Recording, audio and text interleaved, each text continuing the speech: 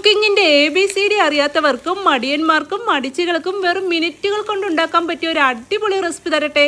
അപ്പോൾ ഒരു പാനിലേക്ക് എണ്ണ ഒഴിച്ച് കൊടുത്ത് ചൂടാവുമ്പോൾ ചെറുതായി അരിഞ്ഞൊരു സവോളയും പച്ചമുളകും തക്കാളിയും ചേർത്ത് ഒന്ന് ഇളക്കി വഴറ്റി ഇതൊന്ന് വഴണ്ടി വന്നാൽ ആവശ്യത്തിന് ഉപ്പും 1 ടീസ്പൂൺ മുളക് പൊടിയും 1/2 ടീസ്പൂൺ വീതം മല്ലിപ്പൊടിയും ഗരം മസാലയും 1/4 ടീസ്പൂൺ മഞ്ഞൾപ്പൊടിയും ചേർത്ത് ഇനി പൊടികളുടെ പച്ചമണം മാറുന്ന വരെ ഒന്ന് ഇളക്കി മൂപ്പിച്ച് 1/4 ഗ്ലാസ് വെള്ളം കൂടെ ഒഴിച്ചു കൊടുത്ത് ഇളക്കി മിക്സ് ചെയ്ത് ഇതൊന്ന് ചെറുതായി തിളച്ച് വന്നാൽ ഒരു 3 മുട്ടയും കൂടെ പൊട്ടിച്ചൊഴിച്ച് ലാസ്റ്റ് കുറച്ച് കുരുമുളക് പൊടിയും മല്ലിയിലയും ചേർത്ത് തീ ഓഫ് ചെയ്ത് ഇതിന് ചൂടോടുകൂടി തന്നെ ആ ചൂട് ചോറിൻ്റെ ഒക്കെ ഒപ്പം ഇട്ട് ഇതുപോലെ കൂട്ടി കുഴച്ച് കഴിക്കാനും സൂപ്പറാണ്.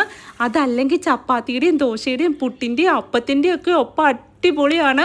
ഇനിയിപ്പോൾ ഇതൊന്നും ഇല്ലെങ്കിലും ഒരു ചൂട് കട്ടനൊക്കെ വെച്ച് അതിൻ്റെ ഒപ്പം കഴിക്കാനും അടിപൊളിയാണ്. അപ്പോൾ എങ്ങനെ ഒന്ന് ട്രൈ ചെയ്ത് നോക്കുമല്ലേ.